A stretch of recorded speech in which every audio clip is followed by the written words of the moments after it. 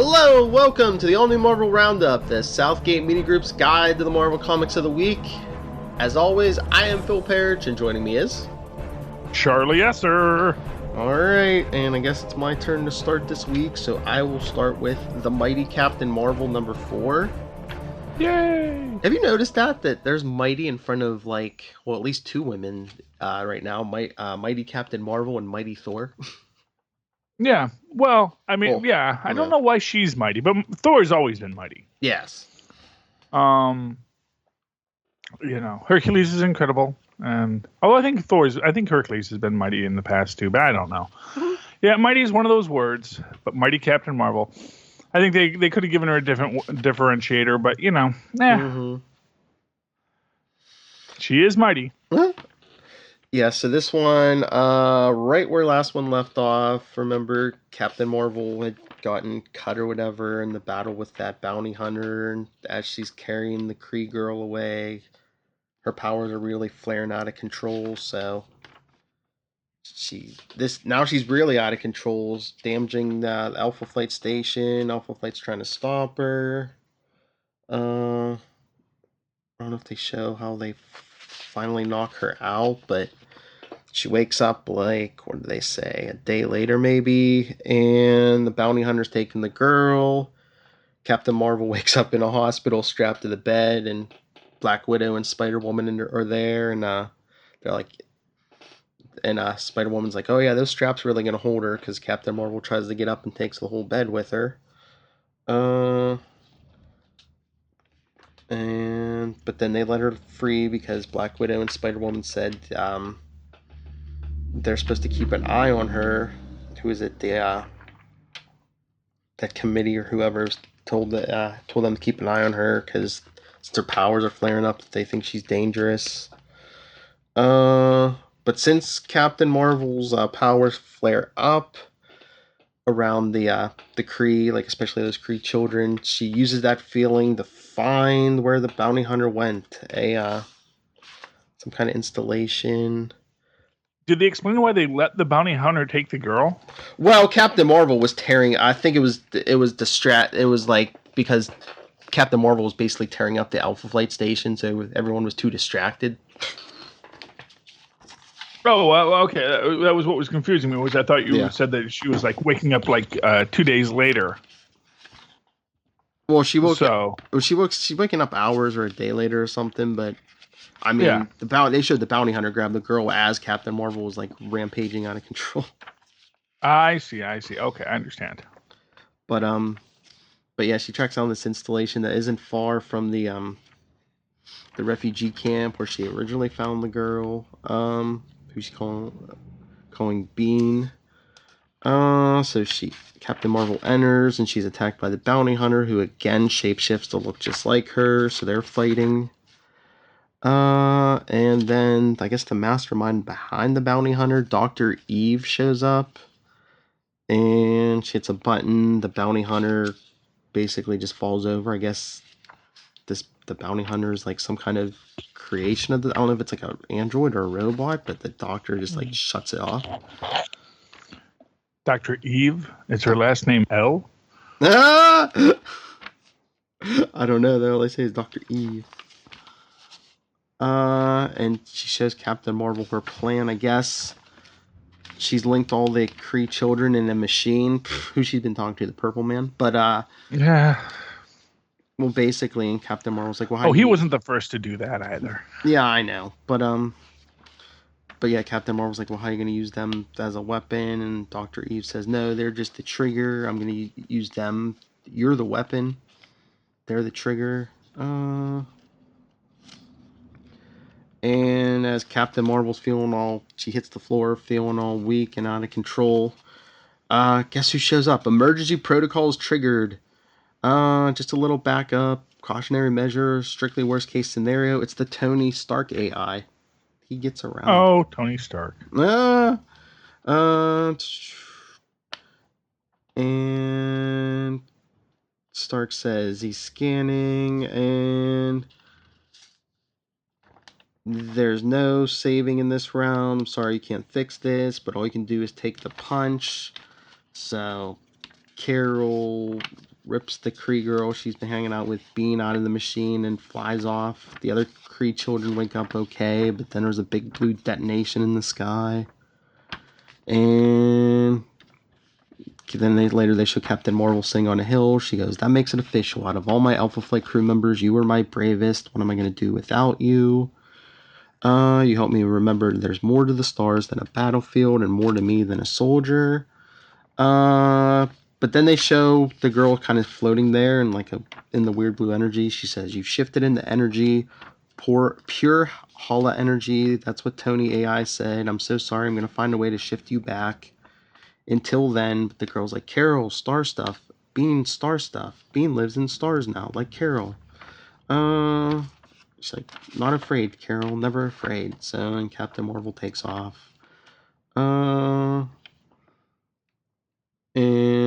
and then I guess observing her, I don't know if she's a spaceship or a plane. Dr. Eve sitting there, and she says, "Trial 1 is complete." And a voice says, "Then begin to prepare Trial 2. To be continued." And next issue looks like she's teaming up with, there's Alpha Flight's there. Looks like Monica Rambeau and America Chavez and the Guardians of the Galaxy. Mm-hmm. Yeah, well, that's I saw I saw a cover ad for that. Yeah, they're on the other side of the Great Wall or the Great Shield. But that's now they're going to be. Yeah. It's alone against the Chitauri, which makes sense for Steve because obviously now he has his heavy hitters locked out there with the Chitauri. Someone's going to kill someone. You know what I mean? Oh, that's Steve Rogers. Wacky. But thumbs up. He's evil. Yeah. Okay, thumbs up. Okay, I'm going to start my list with sadly the final issue of Great Lakes Avengers, number 7. We open up, we see the ginormous Dr. Nod fighting Supergiant Big Bertha. Pavement is cracking underneath, although truth be told, it's Detroit. The pavement might have been cracked when they got there. We see Flatman trying to get people to leave the scene instead of taking pictures on their phones. He, of course, gets crushed under a car, which, interestingly enough, keeps him from getting out from under, which I guess makes some sense. We see that Bertha is beating up Dr. Nod, whose increase in mass has clearly not affected his brain. Bertha's just fine, though. We see Bertha fighting her agent. We see Mr. Garlic still trying to help out. He asks Doorman if he had super strength because he's a superhero, and he says, I don't know. We see that as Big Bertha is fighting her agent, she gets a helping hand from none other than Good Boy, who has returned to help out. We see Dr. Bod sneaking away, and he gets to the Batch 12, which is the concentrated Good Bod formula, which is, of course, as you know, manufactured from Bertha's own power set to allow people to control their mass. So you can basically make yourself thin instantly, or in this case, make yourself super ginormous. We see that Mr. Immortal, he's coming back from his most recent death. And then we see that Dr. Goodbod is just a gigantic blobular giant. Very scary looking. A lot of body horror there. And they say they're going to do maneuver 40. Was it maneuver 33? It's just crazy enough to work, says Doorman. And they use Flatman to catapult Doorman and Mr. Immortal inside, mind you, Dr. Bod. Mr. Immortal is climbing up to find a way to stop him. He gets to his heart and he punches him in the heart, which I don't know if it's supposed to kill him, but it certainly stops him. Doorman gets Mr. Immortal out. And the reporter says, and so for now, the city is safe thanks to the efforts of Detroit's newest and only superheroes, the Great Lakes Avengers. Suck it, Milwaukee, which is a very Detroit thing to say. And everyone's gathered around. Everyone's all happy about the recent victory. And then there's a knock at the door. Val goes to answer it, and he goes, "Oh, blank." And Mr. Garlic says he had his one great adventure, and now he's ready to move on. And then it's Deadpool, who basically tells them, your claim to the Avengers name didn't stand up in court. Don't shoot the messenger, or do. I don't care. I'm immune to bullets. And then he walks away. And that's the end of the Great Lakes Avengers, man. It was a good book. Thumbs up. I'm going to miss it. I really have to be honest. I did enjoy this book. I mean, granted, I'm a Detroiter, so that they were set in Detroit, that really spoke to me. But I actually thought it was a really good book. I thought it was a really fun take on things, It sounded fun. Marvel throws a lot of stuff at the wall, and, it didn't have the sales, That's the problem. Mm-hmm. I think that if they didn't always treat the Great Lakes Avengers as a joke team, they would do a lot better. Mm-hmm. That's my take on it. Like, if I ever did the Great Lakes Avengers, I would actually say, yeah, they're the misfits of the Marvel Universe, but maybe they actually saved the universe this time. Maybe they're not just, lampooning jokes, because they are people who have dedicated their lives to being heroes. Yes, their powers may not be perfect, but you know what? They are trying to do the right thing, And maybe they need a little more respect. That's all I'm saying. Okay. What's your next book, Phil? All right, then I will go to Black Panther number 13. Okay. If you remember where the last one ended, T'Challa went to see Storm, and this one opens up at the Imperial Suite of the Hotel Gansevoort in New York City. And he's basically asking her, "Are you really a goddess?" And she says, "I've had my share of believers." And then she's like, "Yes, I know. It is not ultimately about me. It is your other woman, Wakanda." And she says, "You can't hide from me. What do you want to ask?" And that's when he starts talking about the gods of Wakanda, the Orisha, the gods Bast, Kokov, Mujaji, Toth, Patak, the Shaper. And he's saying that's the history of Wakanda, but not the present, because when T2's army pushed Brina Zana to the brink, it was our ancestors who saved us, not the Orisha. And he says, the questions that arose from this were blasphemy, but I could not escape them. In the time of troubles, where were the Orisha? Where were our gods? And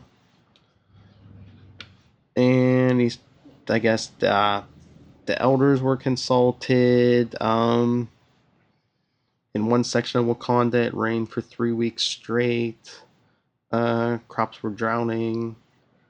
And then I guess he's been finding doors of light, because there was one battle where T'Challa had to battle these snake men looking things.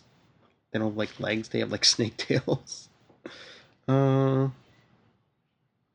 snake men. You get infestations of those all throughout the Marvel Universe from time to time. Mm-hmm. But then Storm's like, "Well, what's troubling you?" And he says, "It was the door of light. I saw it, and it was what the last of them said." And the creature says, "You cannot stop it, Wakandan. The Orisha in flight, the gate unmanned, the originators return." And he's telling her the door's still open, no new snake men have emerged from it. Shuri, Eden, and a team of shamans and sages are attempting to discern its origin. he said he's worried because he hasn't communicated with any of the gods for a while, and he's asking. So T'Challa's basically saying, "You are one of them, a god," and she's like, and she says, "The real question, the one that haunts you and your country now, is do such beings even exist?" And she's saying basically she was worshipped, but she says, and that is what I know of gods. Their native powers may be formidable, but it is the faith of others that elevate them beyond the mortal coil. And he says, through black priests, beyonders, and the end of everything, I have always believed. And he's saying how it's hard for Wakanda because they're crying out, but no gods are answering. Then in the Wakandan Royal Library, Shuri and Eden. Well, Eden's looking through a book. He says the snake men resemble creatures from an obscure translation of the saga of Mari the Jada. They're called the Simbi.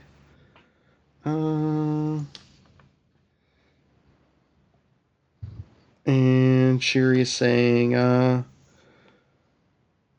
some of the history of this country is older than what's in these books. The story of the land and its peoples, long before they took the name Wakanda. She says, "My knowledge is the former is good, but I draw my power from the latter. It is in my title, Asia Adana, the ancient future, bearer of a past so deep it's not even the past." That's when T'Challa calls them for reinforcements, and Shuri says, "I thought you defeated them before." He says, "Well, there's a lot more snake men this time." So battle. And that's when the shamans arrive and attempt to banish the creatures. But then after a big flash of light, Eden says, "T'Challa, were the shamans supposed to be on a suicide mission?" He says, "No, they were not." And Eden says, "What happened?" And T'Challa says, "They called on the gods, but the gods of Wakanda, it seems, have other plans," because they show snake men laying around in a bunch of smoke, but the shamans are gone. Dun dun dun. Very interesting issue. Just with all the talk of gods and like the history of gods in Wakanda. Yeah. And, but I'm wondering if next issue is our Secret Empire crossover. Because guess who's on the? I think that's who's on the cover of next issue. Charlie. Hydra Cap. Dr. Faustus. Oh, Dr. Faustus. He's such a B-rate purple man. But yeah, this one was a big fun for me.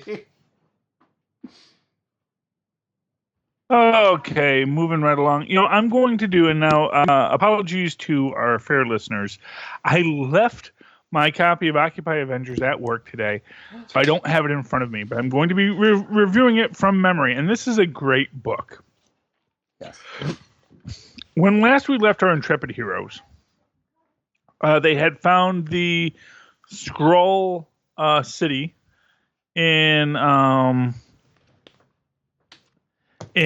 believe it was Dunston, Iowa, the fertilizer capital of the world.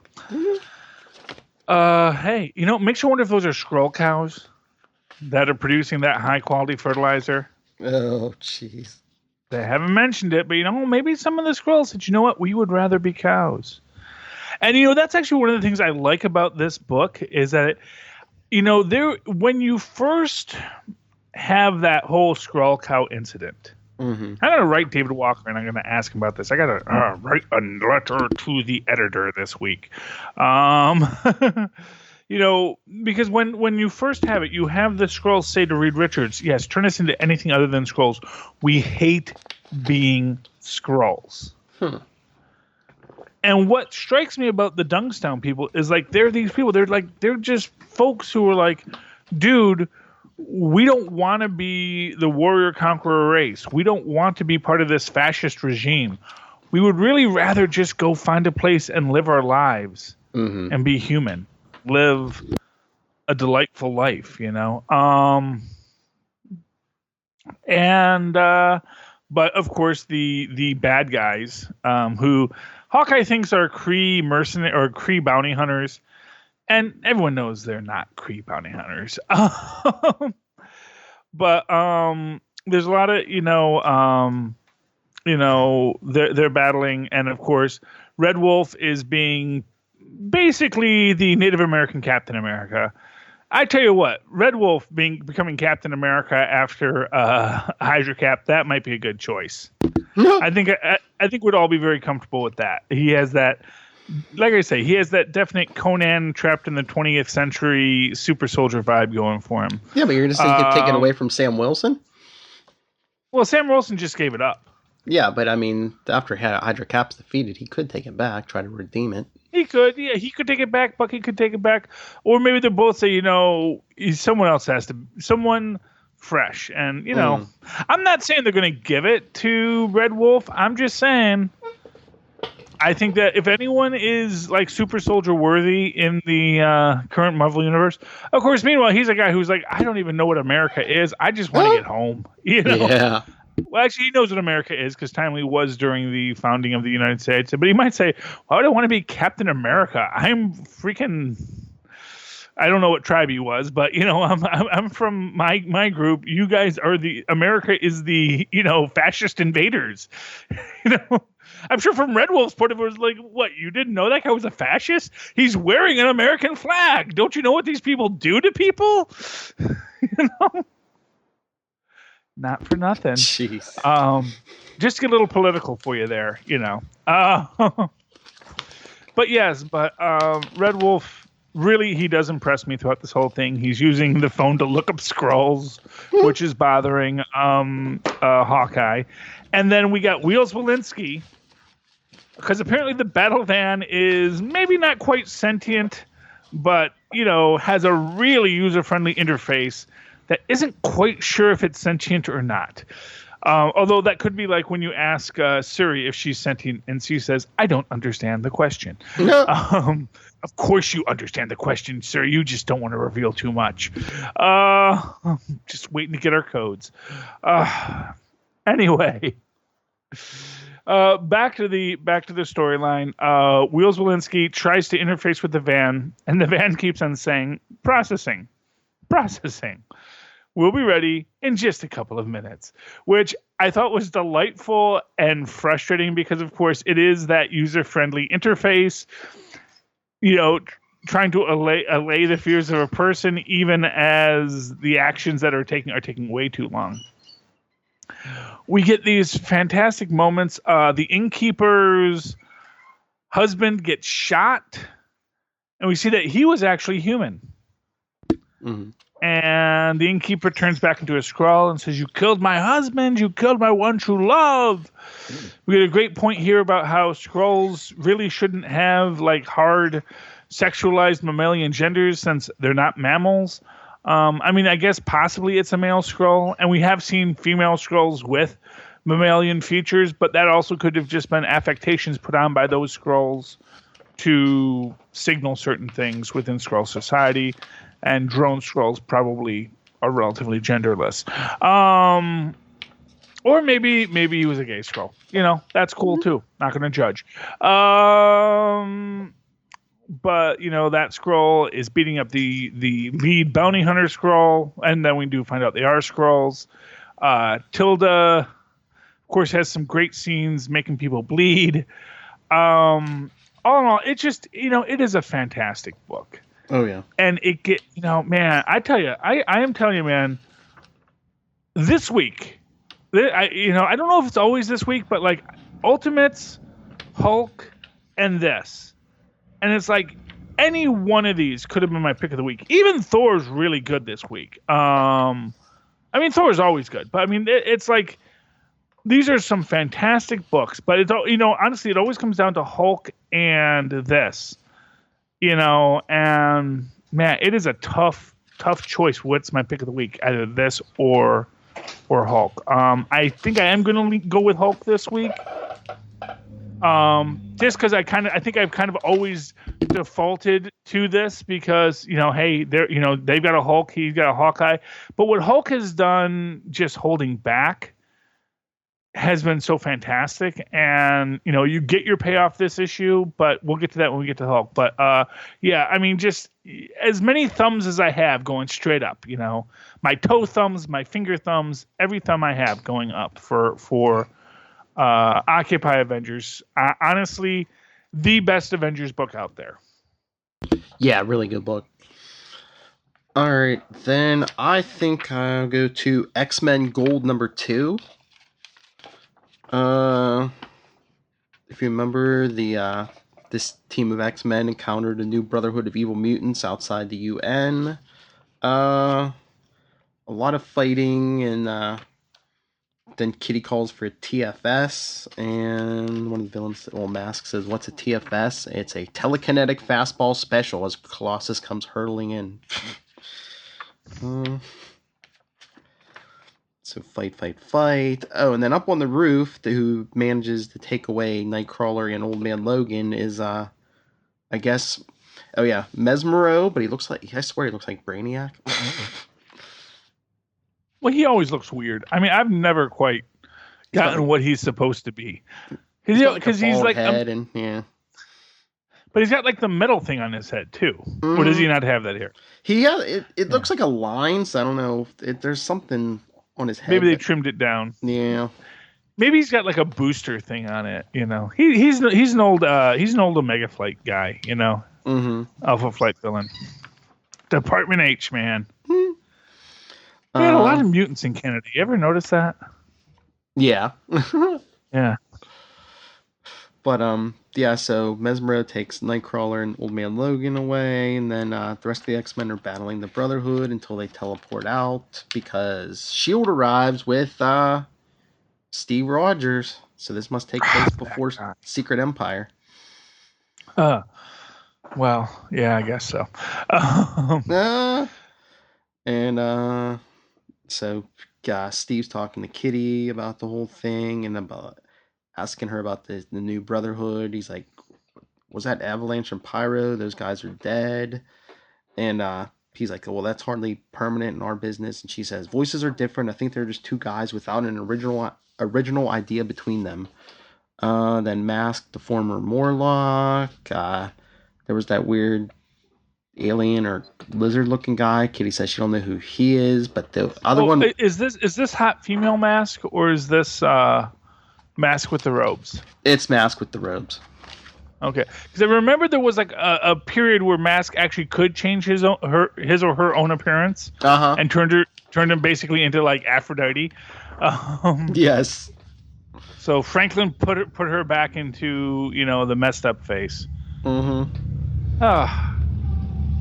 And Franklin, you're a jerk sometimes. Yeah, and then the last one was Magma. I was right, and Steve wants to know what she's doing working with the Brotherhood, and Kitty says she wishes she knew. And I guess Mesmero. Yeah. See, yeah, puts Dr. Faustus right to shame. But I guess Mesmero took Logan and Nightcrawler to Madripoor because he has Old Man Logan chained to a chair with adamantium chains. Do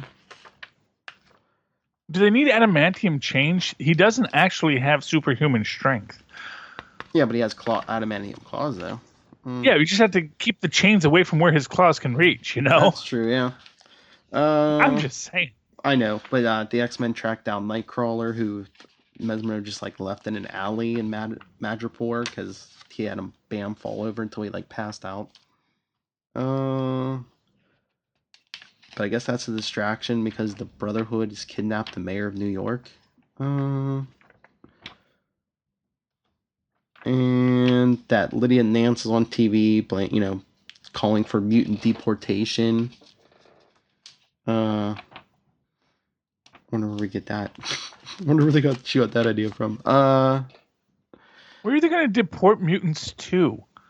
Out of the country, I guess. Well, first off, okay, there's probably lots of countries that would love to have your mutants. Mm-hmm. It's like, you want to get rid of your human nuclear reactors? Yeah, we'll take those. How many you got? I know. Aside from the utter foolishness of it, it only makes sense if you're sending them to the blue area of the moon. I'm sure North Korea would take some of them. Oh, they're going to take all of them. Yes, we would love your lovely mutants. Mhm. And you know what? If you're a mutant and you cooperate, you get fed in North Korea. So, And then back in Madripoor, I guess Mesmer. I don't know if Mesmer is beating on Old Man Logan, and Old Man Logan keeps threatening him. He's like, "Hey, you want to try again? I'm gonna feed you your spleen." And he says, "Wait, even you can't cut through those adamantium chains." And Old Man Logan says, "Boy, are you a special kind of stupid? The chain might be adamantium, but the chair you tied me to is just regular wood." As he breaks out of it. oh, and again, so it's like they spent all that money on the adamantium chains that they didn't need to. They should have invested in a steel chair. Yeah. And then Rachel Gray's back at the school trying to use Cerebro to find Logan and the Brotherhood, but I guess they have psi shields. Looks like Colossus is trying to get with Kitty Pryde again. That's when Kitty's phone rings, and it's Logan. He says, got some paper and a pen handy? I've got an address you're going to want to write down. And there's, like, the Brotherhood's all beaten at his feet. To be continued. Bum, bum, bum. Yeah. Good issue. Like I said, I really like what they've been doing since they rebooted with X-Men Gold and X-Men Blue, which I'll get to X-Men Blue in my next book. But yeah, thumbs up. Okay, so you go gold and then to blue, I'm going to do gray. The Hulk, issue 5, my pick of the week. This is good. Man, I tell you, and not just because I'm looking at this and it reminds me so much of the film Troll. There's some visuals in this that are straight out of Troll. If you ever, not Troll 2, that's the bad one.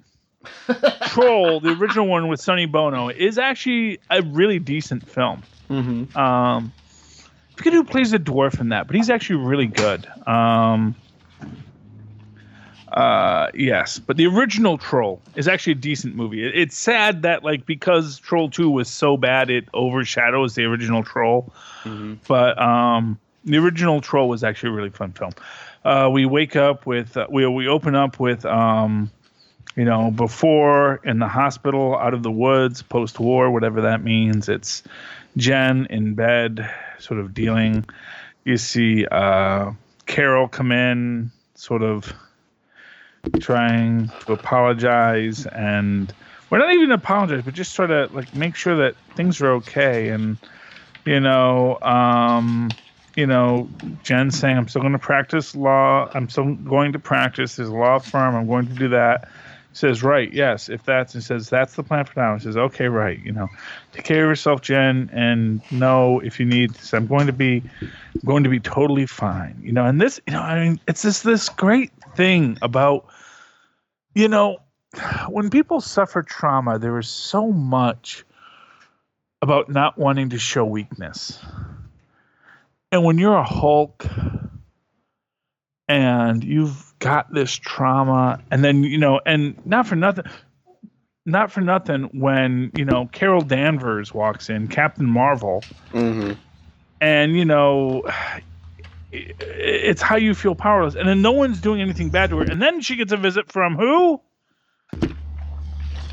Cousin Bruce. Yeah, or at least a hallucination, maybe. Yeah, or he's a ghost, or... Oh, I love the thing it says. He says, the world is full of unexpected things, even for people like us. Mm-hmm. It says, no matter what happens, Jen, everything's going to be okay. So what does that mean? And I love the fact that, like, there's this almost look of panic that the artist drew on Bruce's face in that scene. Mm-hmm. It says, everything's going to be okay. No, it's not. I have to go now, Jen, but remember, I'm always here. And then you see, and then she sees the arrow pierce his head, and then she has a Hulk out. And then we cut to the present in Maisie Bruin's apartment. We see Jen being thrown out of Maisie's apartment. We see crazy Audrey 2 tentacle plant monster taking things over. There's this, and I love this is like one of my favorite lines in there. It says, "There's a woman at the firm who takes the stairs because she needs to get her steps in for the day. Because exercise is the key to good mental health. Not sure how that's helpful information right at the moment." It's just an idea, like, you're in a panic and things are popping into your head, and it's like, that is not helping. You see her look down, and that is a long jump. We see Maisie come out and says, "You can't run, Jen. You're here in our world, and we are protected here. Because we have to be, because of how the world is. I thought Ray was a good person. He seemed like a good person. He wasn't. He sent men to hurt me. He hid his bad, and I didn't see it till that night. I saw him under his mask, his monster. It hides everywhere, the badness of this world, in people like you." It says, "I'm sorry I didn't protect you, Maisie. I'm sorry this is happening to you. But this, whatever this is not, I have no choice. We have no choice. We see that everyone in the building is part of it. We see the cops on the street. They're dealing with the people that were murdered, the two cops that were murdered. We see the tentacles coming off the building. That's a scene that's very reminiscent of Troll. We see all of the people in the building, including apparently Hipster Girl. It's interesting to see how superheroes have influenced hipster fashion in the Marvel Universe. And various old and middle-aged people in their various states of underwear in the winter, climbing up.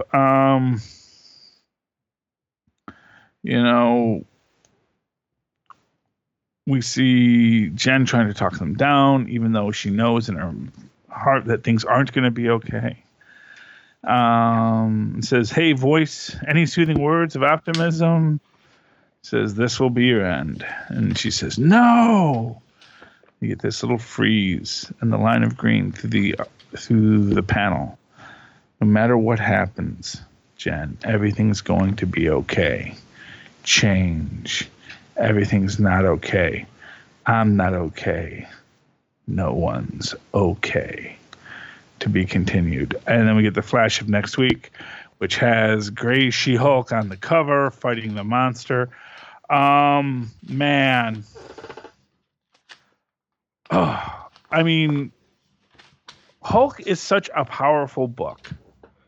And as you say, because it's the Hulk isn't important. The Hulk is a stage of what Jen Walters is going through. And decoupling the Hulk quality from the character, I think, is what makes it such a powerful book. Because we always think about it's the Hulk, that's who that is. Even as it is a separate character, even though it's not a separate character. It's not, the Hulk is either ego or it's id, but it's never the superego. It's never who you really are.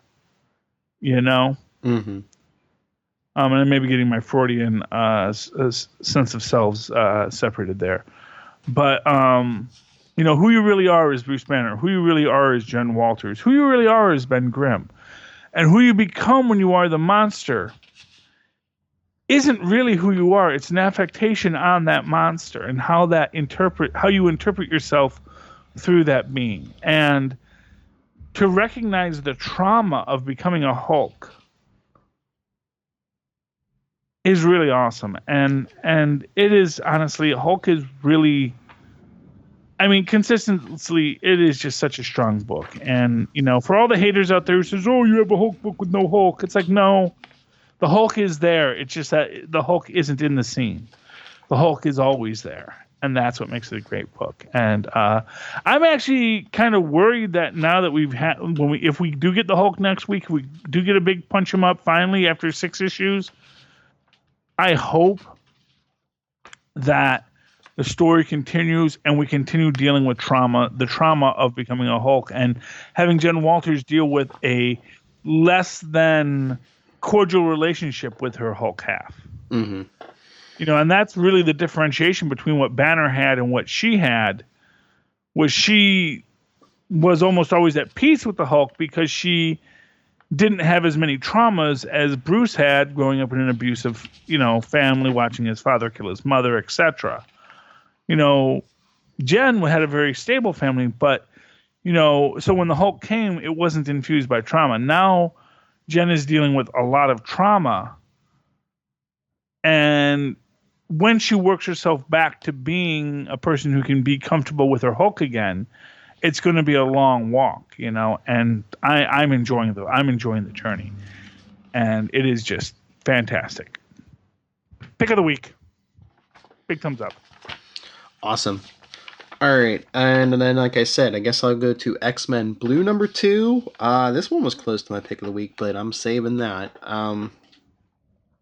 Remember at the end of the first one, it was revealed Magneto's behind these.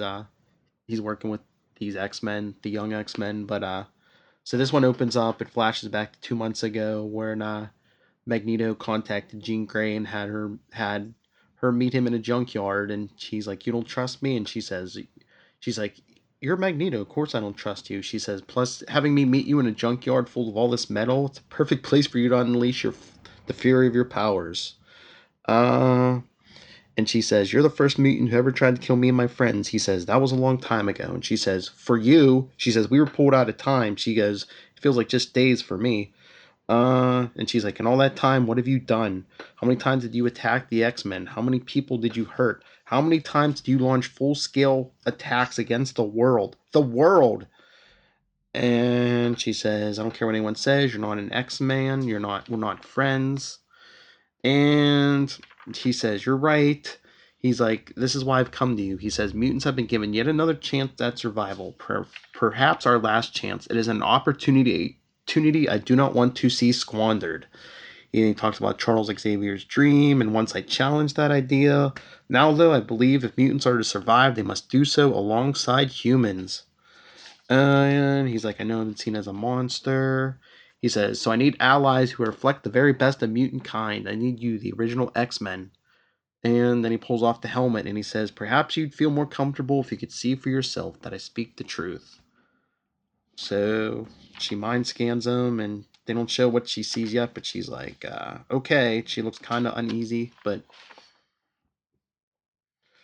then they flash to the present. The X-Men are in their danger room practicing against a simulation of Magneto, and it doesn't go well because it's only Cyclops, Marvel Girl, and Angel.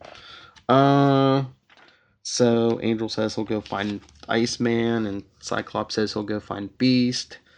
Hank's in his lab. And Cyclops is saying, "I'm sorry about before, about me getting down on all the magic stuff." And Beast says, "I understand. Magic is frightening to those who don't understand it. Then again, so are I-beams and fire wings and walking, talking snowmen." He's like, so is throwing in with a genocidal madman who's tried to conquer the world on multiple occasions. Can we just take a quick pause here? Hmm. There's all this craziness, and we're going to talk about this in Super Connectivity this week about, Hydra-Cap and all these things. And it's like people forget that, yes, Magneto is a survivor of fascism. But the fact of the matter is, the man was a fascist himself for a very long time. Oh, yeah. He had a face turn, but he's actually done the heel turn again, time and again, from time to time, too, Mm-hmm. In fact, during the whole AVX, he kind of did that. He was real happy to do that heel turn right along with Scott when Phoenix was on his side, So, it's not like this is the first time we have that thin line between hero and villain, especially fascist, racist, Nazi villain. Even if it's not officially Nazi, it's, well, this is, fighting for mutants. But, just because you're fighting for mutants doesn't mean you don't want to commit genocide, Mm-hmm. Yes. But anyway, I just wanted to throw that out there and listen to Super Connectivity this week to hear more about that. Yeah, you're completely right. But, yeah, so then after their talk, Cyclops leaves and Beast is standing there. His eyes start to glow, and you hear a voice say, magic scares him, poor little flower, and he hasn't seen anything yet. Wait a minute. Hmm. Cyclops' eyes start to glow, or whose No, eyes start to... Beast. Oh, okay. Yeah. Because you know what we talked about with Cyclops, and Nope. if they're leading towards that, I don't know. We'll see. But it was Beast. But yeah. Then they show Angel. He went to look for Iceman, but he doesn't interrupt him because Iceman's on the phone with his boyfriend, the Inhuman, Romeo. But he can't. I guess he's not. He hasn't been picking up because he's leaving him a voicemail. He says, "Come on, it's like the sixth message I've left. You said we could handle this long distance thing because remember their base is in Madripoor." Yeah, but they're also teenagers. I know. But of course, when you're a teenager, every love is the most important love that she'll ever be. And don't drink poison over Romeo, Iceman. That's all I'm saying. Yeah. Don't be a Juliet. And then Magneto's talking to Jean Grey, and he says, I trust your training session went well. And she's like, were you observing? He says, this is not a school. You are not students. And I am certainly not headmaster. Those are shoes I could never fill. And then they kind of flash back again to that 2 months ago when they showed Jean Grey and Magneto's head.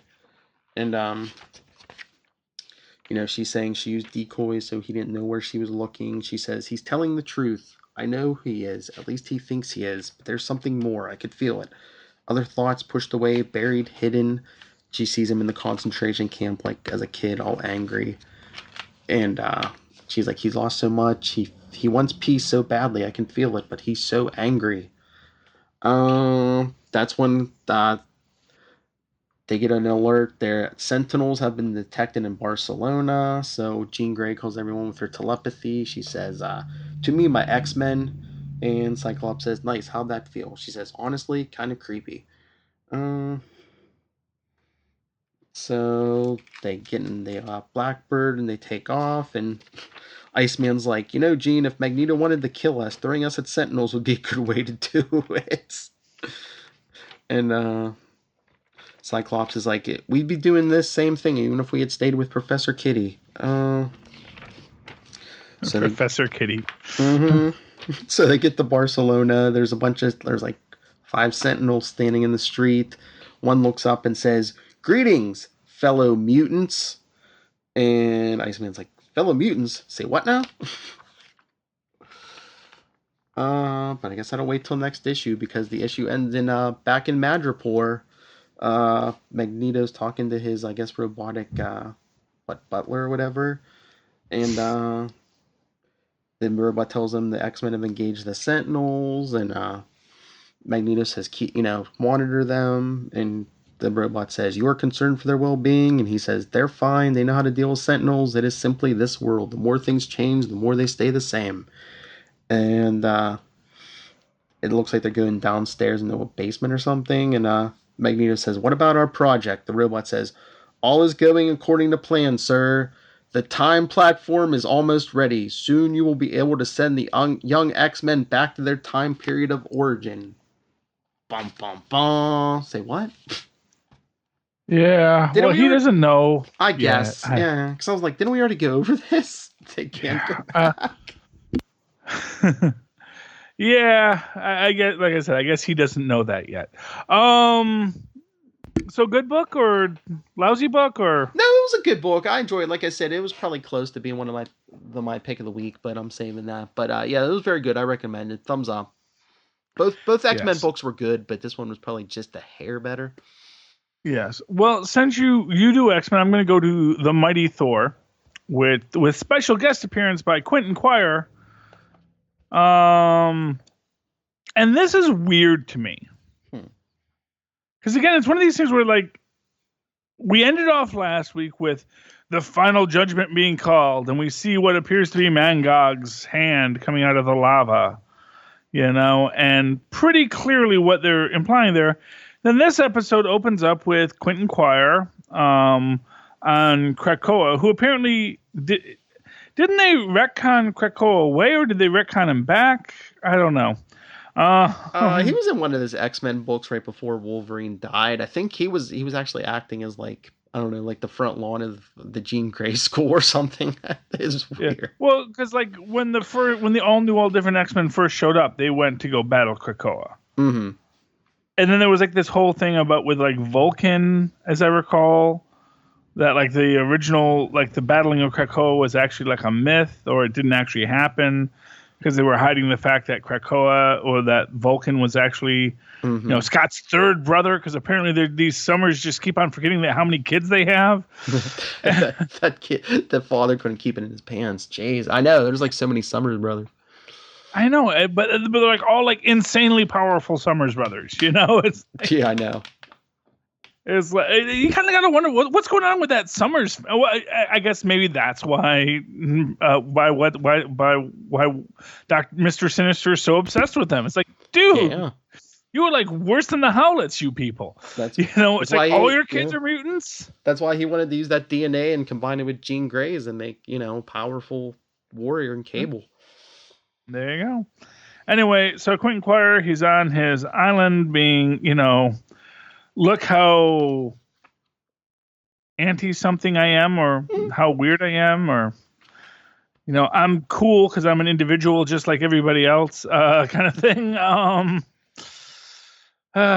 Gods, It's like Quentin Quire is why people fear mutants. Because he's a teenage kid with insane amounts of power who, could be a very dangerous bully. Because he's somewhat pathological. Probably because, and actually that would make sense for a telepath to become a sociopath. Because you would be so in everybody's mind all the time, you'd have to block it out. And if you block them out, suddenly they're going to become shadows to you. Well, yeah, because you're like soaking in like the best and worst of humanity like every day. Yeah. But having to distance yourself from it too, to not become. And it's like the only way to fight the empathy would be to become a sociopath. There's one theory. Anyway, so Thor and Kid Gladiator and one of the other Shar warriors come to get Quentin Quire because they need his help because they've got to fight the Phoenix. Then we do a flashback to hours earlier as Thor is beating the heck out of the Shar gods, who are real jerks. And what's weird, and again, this is this whole thing, because we saw Mangog Rising. And then we get the ultimate judgment. How now that it's been unleashed, it says it can't be by my eyes. How can that be? The battle ensues. Would have loved to have seen Volstagg in this because we do know Volstagg has this super powerful like invulnerability due to his mass, his voluminousness. But I guess they didn't want him showing up Thor, This is Thor's fight. So if you had Volstagg there, everyone would just see how awesome Volstagg was, and it would take away from her victory. So Shadrach, god of peace and persimmons. Last week he was documentations and daffodils. But I guess since he's the only member left of his pantheon, he is the god of all things now. And by the power vested in me by omnipotent city, I command you to lay down your arms. Shara and Kithri, holy deities of the Shar, you requested a challenge of the gods. That challenge was answered with all due formality and has hereby been concluded in accordance with divine law. There has been a victor, and they think they've won. And then, of course, actually, no, Thor won. This is why, because Thor inspired other gods to fight in her defense, gods who crossed the cosmos to wage war in her name. And Cole's like, we did not fight for it, so shut it, says Sif. Such inspiration is unparalleled in the annals of divinity and was handsomely rewarded. The Shore gods are not happy about this. They decide to destroy the universe. And as it turns out, the Shore gods have a sister. So, if you want to destroy the universe and you're a bird person and your sister is the Phoenix, oh, goodness, then wackiness will ensue. And again, we see Mangog here in a little side bit here as she goes to face the Phoenix. And they're saying, how can we face the Phoenix? And, Kid Champion says, I know a guy. And cut back to Kid Gladiator says, I know a guy. Cut back to everybody going to go battle the Phoenix. Cole says, I will send, he says, destroyers, we have those too. We'll send the destroyer. And they're like, yeah, but you can't destroy what is destruction itself. And he says nothing can destroy the Phoenix because the Phoenix is distraction. And then Thor says, then we will die trying. Yeah, most likely, but at least I'm not bored anymore, says Quentin. Oh, he is such a kid, Loki. For all my complaining, it's still a thumbs up. I mean, honestly, when you're reading this book, it is so action packed, such an event. It is delightful. It is really a delightful book. I just wish there was like some kind of consistency between the Mangog story we saw last month and this, because it's like, oh, that's coming, and now, oh no, that's just pay no attention to the man behind the curtain.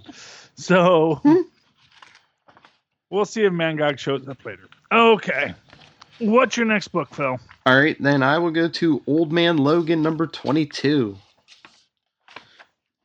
Remember, he's jumping through time trying to get back to the wastelands to save, Bruce Banner's grandson. But remember at the end of the last issue, he popped into his first battle with Hulk and Wendigo. And he's like, this is the first time I went up against Banner. And of course, the amulet he needs the time, to keep going through time is right under Hulk and Wendigo. So he jumps in. Heads up, Harry's. The Wolverine is coming through. And he's like, heads up, Harry's. Did I actually say that? Like, it just popped out of my mouth? So Hulk kind of flings him away, and then the Wendigo comes at him, and he's like, Wendigo, I remember this white furry piece of bleep. Like I think I do. He's bigger than the Hulk, but not nearly as tough as he, like, slashes him with his claws. Hulk's all confused. He's like, first you attack Hulk, now you're Hulk, fight Hulk's enemy. But then when Wolverine jumps for the amulet, I guess Hulk thinks he's attacking him, so Hulk hits him, picks up the amulet, tosses it, and Wolverine's like, I got the scent of the amulet, but it's fading fast, I gotta take off. So he slashes the Hulk, takes off, he finds the amulet, reaches it, but just as he's grabbing it, the Hulk leaps in and lands on top of him. But then his essence or whatever goes back into the time stream. He says, I don't know what hurts more, this or sticking around taking those hits from Banner. He's like, and the worst thing is not knowing where you're going to end up next. Because next, he's in New York, Charlie. He's like, is this the woods? He's like, no, it's Central Park. Then he's like, no, not here. Please, anything but here. Uh-oh. It's the night, Phoenix became Dark Phoenix. Oh, that was in Central Park? Yeah, before she left the planet and destroyed that other planet, yeah. Oh, okay. But here's the thing I don't get, because he's all like, oh, I forgot how beautiful she was, and he's like, I can't stand it seeing her like this again in this. I'm like, wait a minute, didn't they find, once Jean Grey came back, they figured out that wasn't the real Jean Grey? That was like the Phoenix Force, like, yeah, masquerading it. So I don't know why he's all choked up about this. Thank you, John Byrne. Yes. Yeah. Well, because it still looks like her, and it's and for what it's worth, it thinks it's Jean Grey. Yes. And so and that's the thing, and maybe Wolverine had as hard of a time understanding the concept of, a Jean Grey replicant as the rest of the Marvel Comics fandom did. Yeah. It's like when they bring Rhodey's body out of storage, and he says, well, that wasn't me, all those things that Rhodey did prior to this. Mm-hmm. It's like, yeah, but it was still you, know. Because it thought it was you, and it acted like you, and that was you. Mm-hmm. But yeah, so it's just a bunch of, oh no, it's all happening again, woe is me. But then he after she takes off, he grabs the amulet. He's like, I just want to go. Don't even care where or when, anywhere but here. Next he pops up in Japan. He's standing on a rooftop, and ninjas, I'm assuming, are the hand attack him. And he's like, now we're talking. He's like, I can't change the past, don't want to. He says, I could drive myself crazy, but in all the time I've learned, sometimes you just gotta beat the bleep out of someone. And they're all laying there bloody and broken. He's like, see, feel better already. But since he knows where he's at, he goes back to, I guess, where he was staying. And who's there? Mariko. Oh, his wife. Uh-huh. And so he's like, as long as I'm here. So he goes in, talks to her, and then he gives her a kiss, and he's like, okay, now I can go. He leaves back in. Okay, not for nothing. Wouldn't this be a great point to stay? Yeah, you would think. Just say, oh, wait, this is that moment in my life where I had true happiness and peace. Mm-hmm. Not for nothing, he's bouncing around the Times team trying to save some freaking banner. Maybe you should say, maybe I should just chill here. Maybe the world will be a better place if I don't, go become berserker, thing, and I can remember what happens, because I already know that in my universe, the universe I was in, this didn't happen, and, but I guess he's worried about that alternate universe in which, Banner's son is there. But, even a simple understander of multiple dimensional theory would know that even if you defeat, Banner, there's a billion other universes in which you don't defeat him. Yeah. Because for every universe in which you do accomplish something, there's a bunch of universes where you don't accomplish something. I wonder if something's pulling at him, because he never seems to stay in any of these time periods for like more than a couple minutes. Incidentally, that's why I always buy lottery tickets, because in at least one universe, every time I buy a lottery ticket, I win. So even if I don't win, I know that other guy did. So that's good for him. That one with the diamond encrusted Mercedes. God, man, that guy's doing so great. He wins all the time. All of our winning lottery, it's just that one guy in that one year was like, man, I always win. Ha ha ha. But he jumps in, and then the issue ends with him. He lands in a sewer, but he goes up top and finds out he's in Madripoor, and he's wearing the patch, so he's Patch. Dun dun dun. That's how you know you live in a two-dimensional universe. Anything you put in front of your face, it completely obscures how people see you. Yes. But yeah, thumbs up. Thumbs up. He could have been floppy hat guy. It accomplishes the same thing. Okay. Mm-hmm.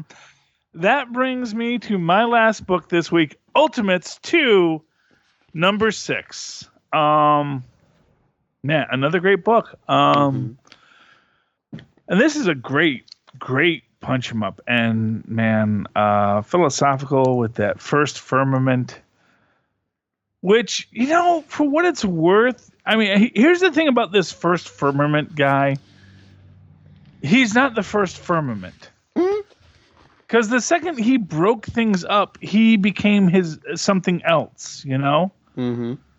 That's the thing. He wasn't the one and the all and the thing. He was many things. And then what he became was less that thing, And yeah, you can say, well, we divided infinity by, 52, but still, it is something else that is limited in its own existence. But this first firmament, he seems like a fun god devil villain character. So we're liking him. We see that there are the black and white celestials and then the colorful celestials. Which I found an interesting concept. And man, can I just say I'm loving the coloring I love anytime when you're looking at something and you say, man, that colorist knows what the heck they're doing. It's like anytime you see something that's really fantastically inked or something that's amazingly lettered. Mm-hmm. And I never think about the inker. I never think about the colorist. I never think about the letterer. But this guy knows what the heck he's doing. And this colorist, who is our colorist on this anyway? They still give credits to these things or no? I might not have enough light to see who the colorist is. But anyway, this colorist is really good. It's probably a robot colorist, some kind of computer image. But we get the creation of the first eternities with the War of the Celestials, which immediately I was seeing as like that war in heaven, the gods versus the devils. Although, interestingly enough, in this version, it seems the devils were on the right side. So, that's your fun philosophical question there. We see the universe is coming into existence, and then we see it makes you wonder that because this is Franklin recreating the last universe, that it's not its own universe recreated organically, but because it was sort of forced into existence, that's why it's a weaker universe. Because it is a weaker universe, that is why the first firmament can chain eternity and then can corrupt the forces within eternity and send dangerous creatures there. And we see, the corrupted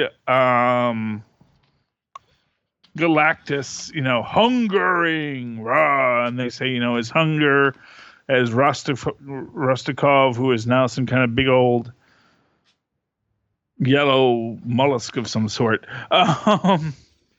is explains that basically he is now sucking all of reality into himself. He's eating everything. And then we see that basically Blue Marvel and Monica are going to merge into one being.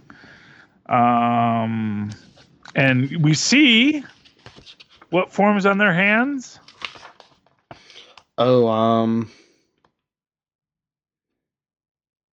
Omega symbols. Yes. Now, Omega that's a Steve Gerber creation, and he actually is a Marvel character. Oh boy, Steve Gerber. We are going to need to harness the kinetic force of Steve Gerber rolling over in his grave to but that'll eventually get us off of fossil fuels, I suppose.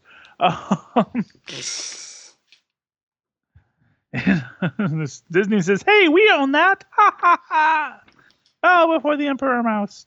And that actually gets called out earlier because apparently the Celestials called their avatars the Omegas. And again, it's this weird thing. It was like, really? It's like 8 billion years before Rome was a place and Latin was a language. You are the Alpha and the Omegas are created. It's like completely out of context of where those terms come from. Collective unconscious, man. That's what what's his name? According to collective unconscious, not Freud. Blanking on his name. I'll think of it in 10 minutes, I'm sure. After we hang up, I'll go, oh, that guy. If you remember who coined the term collective unconscious, please write into superconnectivity@blog@gmail.com. That's superconnectivityblog, all one word, @gmail.com. Anyway, the powers combined of Blue Marvel and Spectrum, because photons are their own antiparticle. They are able to defeat Rostakov, and then Carol can absorb all the energy from Rostakov, and then the troubleshooters get told that they're there to work with the Ultimates, and then they decide to bring about the Cyhawk. Bum, bum, bum. Again, the ultimate power of the ultimate beings meant to defeat that first firmament. And you really see that there is this whole thing that was sort of set in motion by these celestial beings. You see Connor Sims. He absorbs all the power that was strained from Rostakov. Then he goes to Galactus to return all his power back to Galactus to make him the life bringer again. And we see that, he has lost his herald. And honestly, you actually see kind of almost a sense of sadness in Galactus that his herald has sacrificed himself for him. And then Galactus eats Rostakov. Because you want me to hunger? Guess what? You're the last thing I'm going to eat. Traps him down his gullet. And then we get that basically the Ultimates have now been approved. And that then America's going to go to her college thing, which is her in her book. Because the first firmament is coming back to battle eternity. And the next attack is coming soon, and they're gonna go kick its butt. Big thumbs up. Always a good book, Ultimates. I've never had a bad Ultimates book yet. I mean that's the thing about some of these books at Marvel, where they are just so consistently good. Mm-hmm. And you just hope people are reading them. That's all I can say. I just hope people are reading Hulk, Ultimates, Occupy. They are so consistently good. That's all I can say about that. Okay, what's your last book, Phil? Well, actually, we miscalculated. I have 2 books left.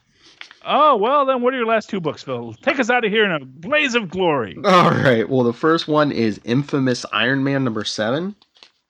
Oh, Infamous. I forgot about him. Yeah. It starts with the Wizard gathering a bunch of the villains, telling them, Doom's gone straight, and and they're like, no, not Victor Von Doom. If there's anyone who that's not Victor Von Doom, and that's when Parker Robbins, the Hood, teleports in with his magic. He's like, he's got his magic back. Good for him. I guess, yeah. 'Cause he teleports in and he's saying, he's like, I'm not waiting for, Doom to come knocking on my door. He's like, let's kill him. And everyone's like, really? Who fighted Jigsaw? Jigsaw's there now. He's like, you always make the same mistake, Robbins. And, the Hood's like, come on. He's like, we have the power, and, I can organize us all. And he said, this would put us on the map. He's like, we're the ones that took out Doctor Doom. He's like, the Fantastic Four couldn't do it. None of those Spider-Men could do it. We did it. Us. Who would bleep with us after we killed Doctor? And that's when the roof explodes. Yeah. And in comes Victor. Why is Jigsaw there? Whoa! How is Jigsaw on par with the Wizard? And the wrecking crew. I know. I have no idea. I'm a low-level Punisher. I guess maybe he gets a lot of respect because, hey, I'm a guy who consistently crosses the Punisher, and somehow I'm still alive. Mm-hmm. It's for some reason I'm not dead yet. I don't know why. But I mean, of course, Doom finds them. It looks like they're gathered in a store or something. Guess what the name of the store is on the outside of the building, Charlie? Varian Knickknacks? No, Herbie's. Oh, Herbie's. There's even a picture of his head. Herbie's. Yeah. They got to license those things. That's how the Fantastic Four made their money. They were licensing all these crazy things that Reed Richards would just create. But so then they flash forward a little to on the Shield helicarrier where Ben Grimm convinces Sharon Carter to let him interrogate the Wrecker, who they picked up, and the Wrecker's like, he killed them all. He's like, what? And Ben's like, yeah. He's like, what? And the Wrecker's like, he mopped the floor with everyone. He's like, he killed them all, and they show Doom battling, everyone except, I guess he puts down everyone but the Hood, who disappears using his magic. That's when the Wrecker was like, he ran. The Wrecker just ran. Then Doom catches up with him in the parking lot. Doom says, I told myself whoever was the smartest, and by that I mean whoever decided it was more prudent to run away would escape my hand. And Wrecker's like, I have no problem with you, Doom. I was like your style. And Doom's like, my issue with you is that you serve no purpose. You serve no one but yourself. Change your ways. If not, I will come back and destroy you. Repent. And the Wrecker's like saying, he said to tell anyone else who would listen to that, and he said he was going to fix it. And Ben says, fix what? The world. And Ben's like, of course. Oh. That's what Ben even says. Of course, the world. Doesn't anyone remember when the Beyonder tried to fix everything? Yeah, I know. And killed Death, and that had an unintended consequence. And What else is there left to eat except rocks? yeah, that's when Ben tells the wrecker, "No, everyone's alive." And he's like, he's like, "Yeah, no, they all survived." He's like, "Even the ones that no one would have cared about if Doom slipped and missed, all of them." He's like, "They're all in the cellar in intensive care." He's like, uh, he's like, the wrecker tries to get up and he gets shocked by whatever chair he's sitting in. Ben says, "Anyway, congrats on being part of one of the biggest costume criminal takedowns in the history of costume criminal takedowns. All care of Victor Von Doom." That's when he. But you know what this means? Hmm. As I said, Victor isn't killing the people. Mad Thinker, Diablo, they're still out there. Yeah. They're still part of Doom's team. What are you building, Doom? What are you building? And do we see the wizard in any of these infirmaries? No, they don't even show like the infirmary. Ben just tells them, yeah, they're all locked up. And yeah, so maybe the wizard got taken away too. Maybe, but yeah, because he was. Yeah, I'm just saying. Maybe. I mean, yeah, we don't see the wizard after the big fight, so yeah. But yeah, after Ben leaves the interrogation room, Sharon Carter's asking him, "You've known Doom like your entire life. Is this what happened?" She says, "Has Doom gone straight?" And Ben's like, "No." But then he goes home to his apartment in Manhattan, and who's waiting for him in his apartment? Victor Von Doom. Yep. And he's telling Ben, don't start a fight here, and you'll collapse the building, and everyone will blame you for all these deaths, and Ben's telling him, "I know you weren't raised normal, but it's kind of creepy when you do this thing, just like appearing in people's houses and stuff." And Victor's like, "Neither one of us is normal," and Ben says, "Listen, you make my skin crawl, your voice makes me want to punch my own face, and every time you look at me with that smug stare, I remember every bleep up thing you ever did or said, every evil, selfish," and that's when Victor says, "Benjamin, I'm sorry." He says, "For all of it. For the very first snide thing I ever said to you in college, up until not expressing to you how much I missed them too." And Ben says, "Them who?" He says, "Reed and Sue." And Ben says, don't you say their names." And Victor says, "He was a genius, and she was as close to a perfect soul as I have ever met. And I am ashamed that I was so unable to appreciate that while they were here. And I am monumentally ashamed that instead I chose to hurt them and lash out at them in blind rage and jealousy." Ben says, "Well, I hear you, but I ain't never gonna believe you. Not after everything I seen you do and say. Never." And Victor says, "That is fair, Benjamin. I can't forgive myself. Why should you?" And Ben says, "What happened to you?" Victor says, "I told you, epiphany. And I've given it a great deal of thought. If I thought my time would be best spent behind bars for my crimes, if I thought I could learn something more profound than I have already learned, I would gladly put myself away. But I think we can all agree I can do far more to right my wrongs from out here." Ben says, it ain't up to you, but I ain't gonna stop chasing you, and you damn well know it." And Victor says he's come here to clear the air. He says, "My goal is not only to earn back your respect, but to get to a place where you can call on me. I owe you a lifetime of gratitude, and one day I hope you can appreciate it and call on me for help. But I do know we have a long way to go before that." And Ben's like, "Yeah, I got." He's like, Ben's like, "Yeah, I got to know." He's like, "Was that really your mother?" And Doom says, "After everything I've seen in this universe, I honestly don't know." And that's when Doom's leaving. And he says, "Did you see what that imbecile Peter Parker did to the Baxter building?" And Ben says, "Yeah." And Doom says, "I will see to it." And Ben says, "Don't." And he's taking the elevator. There's one thing me and Doom can agree on. And he's like, "Wait, Doom's taking the elevator?" And then Ben walks back into his apartment, and now who's in his apartment, Charlie? I don't know. Who? The Maker. He says, "Hello, Ben." And he's like, "Reed? To be continued." Bum, bum, bum. No, is this the Maker with the whole headpiece, or is it, which Reed? How does he look? I think it's the maker. He's not wearing his helmet. I mean, he looks normal, but he looks like, like a younger Reed Richards. So I'm assuming it's the maker. Uh, well, Plus, plus, remember the plus maker Doom's comes in battling slices. plus Doom's battling the maker on the next cover. So Oh, okay. So there we go. Yeah. Oh, Mushnik. Oh boy. all right, Oh, that sounds like it was a really good book, though. it I'm was. actually a little sad I didn't pick it up. It was another one. It could have been my pick of the week. It was close. It was a big thumbs up, but I gotta hand it to my last book though. Oh, what's the last book, Phil? My pick of the week: Ben Riley, The Scarlet Spider, #1. That guy.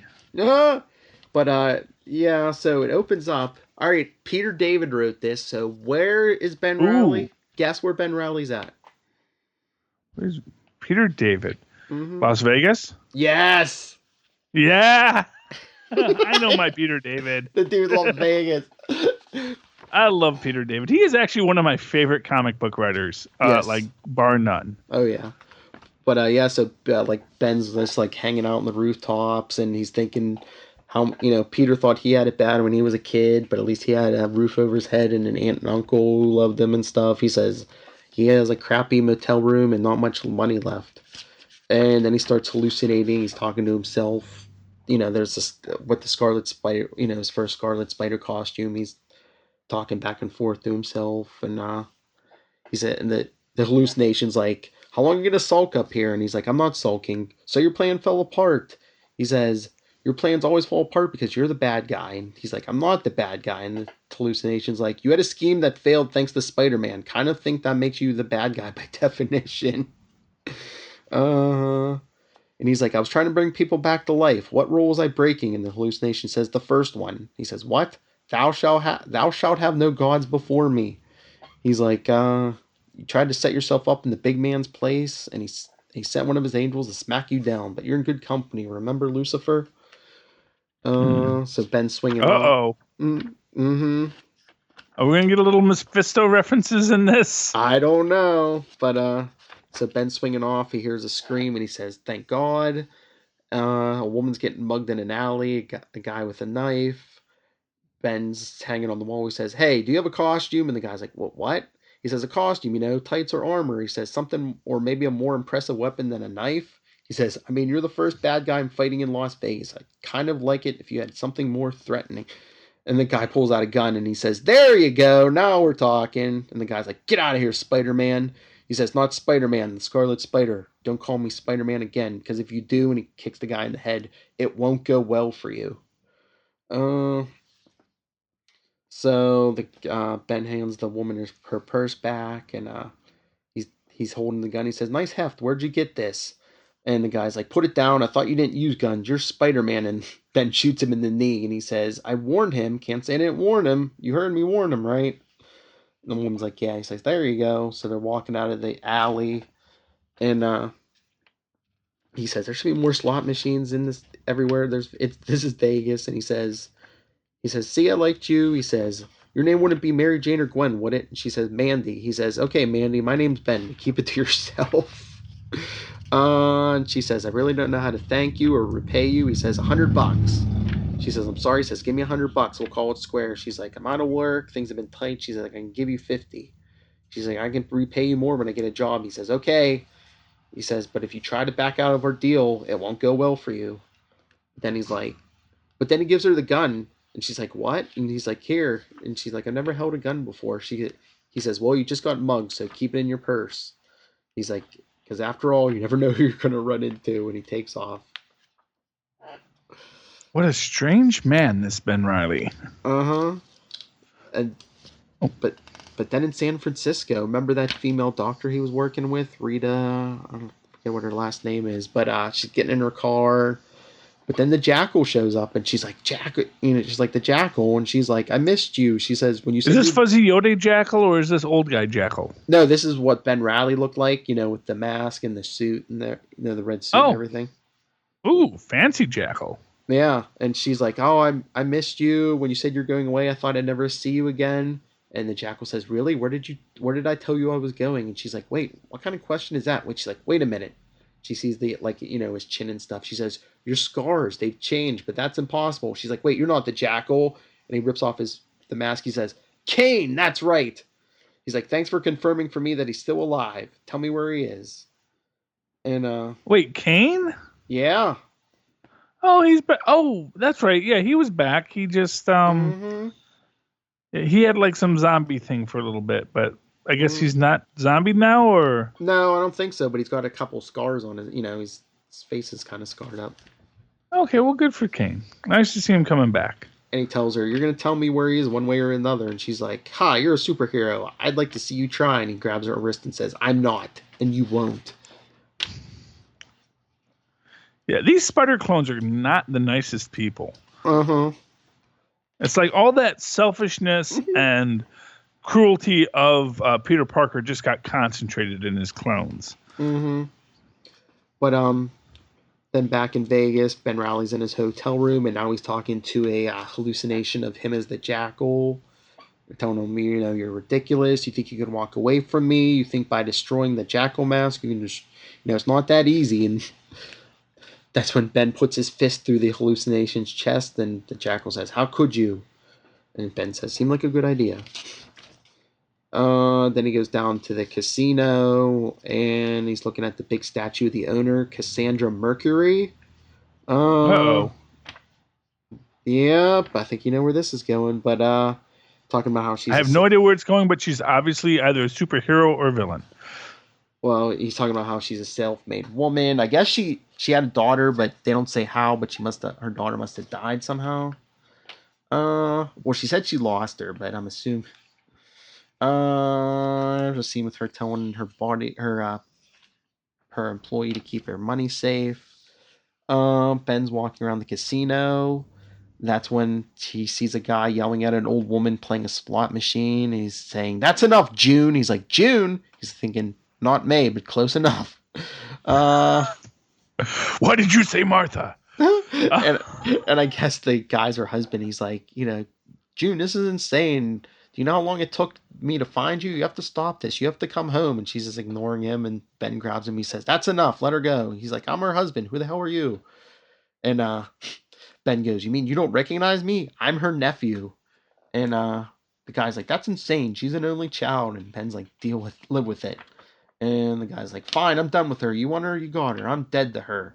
He's like, "You hear that, June? I'm dead to you." And Ben says, "Your name wouldn't be Ben, would it?" And the guy's like, "No." And Ben's thinking to himself, "Well, okay, not Ben, but he's dead. Close enough." And he said... So Ben Reilly is a little bit crazy now, huh? Yeah, because, getting killed off and resurrected 25 times and remembering every time. Yeah. And a little zombified. Don't forget the zombification. True. And he's telling her, "Don't worry, Aunt June, I'll take care of you. Can I get you anything, Aunt June?" And she's just like, "Shut up," and she's playing the slot machine. Then he hears, "Nobody move!" And he's like, "Are you kidding me?" There's a bunch of guys show up, I guess, to rob the casino. They almost look like a SWAT team, almost. Yeah, this would never happen when Fix-It ran the town. That's all I'm saying. I know. And Ben's thinking to himself, other people walk into a casino, they gamble, have a good time. He's like, me, I walk in, and minutes later, guys show up looking to pull heist. He's like, it's like how in the old days, I couldn't swing by a bank without a robbery going off. And so he's telling June, he's like, everything's gonna be okay, and June, she's still like, shut up. Then he's seen his hallucination, the Scarlet Spider saying, "Stop them," for crying out loud. And the Jackal says, "Let them go about their business. It's not your..." And he's like, "Get out, both of you." They both walk off. And he's thinking, whoever these guys are, they're not hurting anyone, just waving guns. He's like, but if I engage them, bullets start flying, it could be a problem. So he's thinking about civilian casualties, Charlie. That's, he's That's not nice. completely gone. That's when one of them grabs June. And Ben grabs the dude by the wrist and breaks it. And he says, "No one threatens Aunt June." He says, "You okay, Aunt June?" And she's like, "Get out of my way. You're standing on my quarters." The other two... Aunt June has a problem. Yes. Can we just really talk about Aunt June's problem for a bit? Gambling, yes. Yeah. But, so the other two guys... There was three of them. The other two guys point their guns at him. And he says... not a lot of... Ben's thinking, not a lot of options here. I start bouncing around or webbing, everyone's going to think I'm Spider-Man. And once word gets to Peter, he's going to know that he wasn't here, which is which will make him wonder who it was, which means I am once again screwed. Does he have any Deadpool DNA in him, do you think? I don't know. Just his face is scarred and stuff. It seems like, yeah, that's what Tyler read this. He was, because we might get a review from Tyler after this, everyone. But he was saying, yeah, he was getting a Deadpool vibe off of him too. But I'm thinking, how's Peter gonna know it's you? There's like 50 million Spider-Men running around. True. But, Yeah. it's process of elimination. He was a white guy. He was a brown hair, so Yeah. tall, Well, he's wearing Looked like world famous entrepreneur Peter Parker, but with scars on his face. Well, he's wearing a hoodie and sunglasses. So. Oh, okay. So he's completely invisible then. Yeah, exactly. A two-dimensional world, man. Anything covering the face, Yeah, you can't see him. But that's so he's trying to figure out what to do, and that's when the casino owner's, I don't know, bodyguard or whatever pops in, like jumps in front of him. They're shooting him, but the bullets aren't hurting him. He picks up one of the gaming tables and whips it at the two guys. So he's got something going on. Oh, one of the bodyguards? Yeah. Well, he's probably got some of that Marco juice in him. And yeah, and he tells Ben his boss would like a word with him. And he says, "And your boss is," and the guy's like, "Her name's on the building." And he says, "Okay, let's do it." And he says, "Will you be okay, Aunt June?" And she's like, doesn't answer him. That's when he goes, last page, he goes to meet the big boss. And she says, oh yeah, that's right, the daughter did die. Because she's like, first you don't know who he is, and then she's like, "I know your voice." She says, "You're the Jackal." And he says, "Not really going by that name anymore." He says, "You can call me Peter, and I need your help." And she says, "Why should I help you?" And he says, "For starters, I healed your daughter." And she says, "My Abigail was dead. That thing you replaced her with wasn't her. It fooled me at first, but she says, "My God, it pains me to even think it." She points the gun at him and says, "I've been praying for the chance to kill the man who inflicted that torture on my daughter, and here you are." Dun, dun, dun. Yep. Mm-hmm. Watch, he'll get it. I'm telling you, it's Peter David. Watch, he'll get a job as like her bodyguard or something. He's gonna be the next Mr. Fix It. Yeah. Well, I mean, that's why there is a dearth of superhumans in Las Vegas, I don't know. Mm-hmm. I mean, well, obviously you've got your Marco levels here and there. But it clearly seems to be a place that if you were a reputable supervillain of a certain caliber, could go to Vegas and really make a tidy living. Oh, yeah. Because everybody's looking for but I guess you don't want to get into that war of escalation in Las Vegas. I think the reason why Fix It could pull it off was because his boss knew his place. He just wanted to have his place and run it his way. Mm-hmm. Don't muscle him, but so long as everything keeps copacetic, it's fine. As long as he can continue to feed Fix It's appetites, everyone was happy, Yeah. But, I mean, this was a good issue. Thumbs up. Like I said, it's my pick of the week. I just hope Peter David starts writing him more heroic and not as, like, crazy, which I don't know. I think they said he's getting the original costume back in a few issues, so hopefully that's like a symbolic thing. Maybe he's like, I hope he's like more normal, but we'll watch it. Like Kane and everyone else won't believe he's like sane again. Yeah. Fingers crossed. Yeah. All right. So that's all our books. Yeah, hey, not too bad.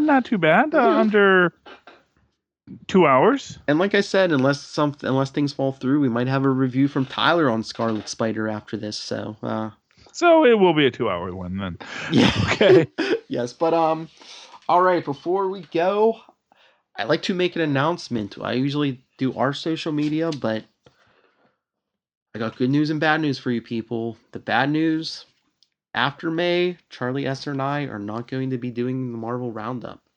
The good news is, me, Charlie, Lilith, and Tyler are going to be doing Marvel, DC, TV, movies, whatever we want on our new podcast. We're going to be doing, I think Super Connectivity is even going over there. We're going one big place for all your Phil, Charlie, Lilith, and Tyler needs.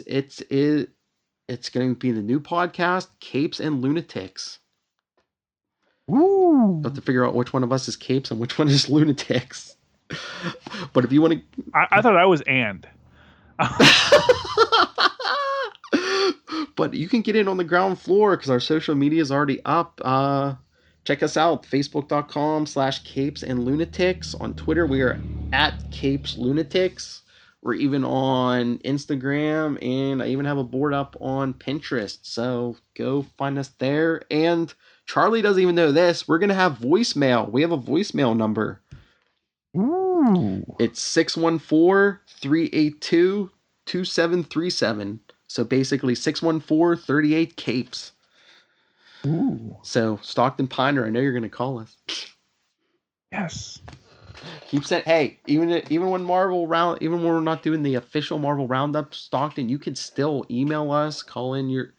Oh, you could call in a voicemail, Stockton. You could leave an audio review of one of these books because we're still going to be talking Marvel. So keep sending your reviews, Stockton, and everyone else. In fact, if we get enough people calling in on a regular basis with reviews, you will be the new Roundup. Oh, a crowdsourced Roundup, kids. You too can be a star. But anyway, if you want to be a star like that Charlie Esser, you could ask him his advice. But Charlie, where can they ask you advice?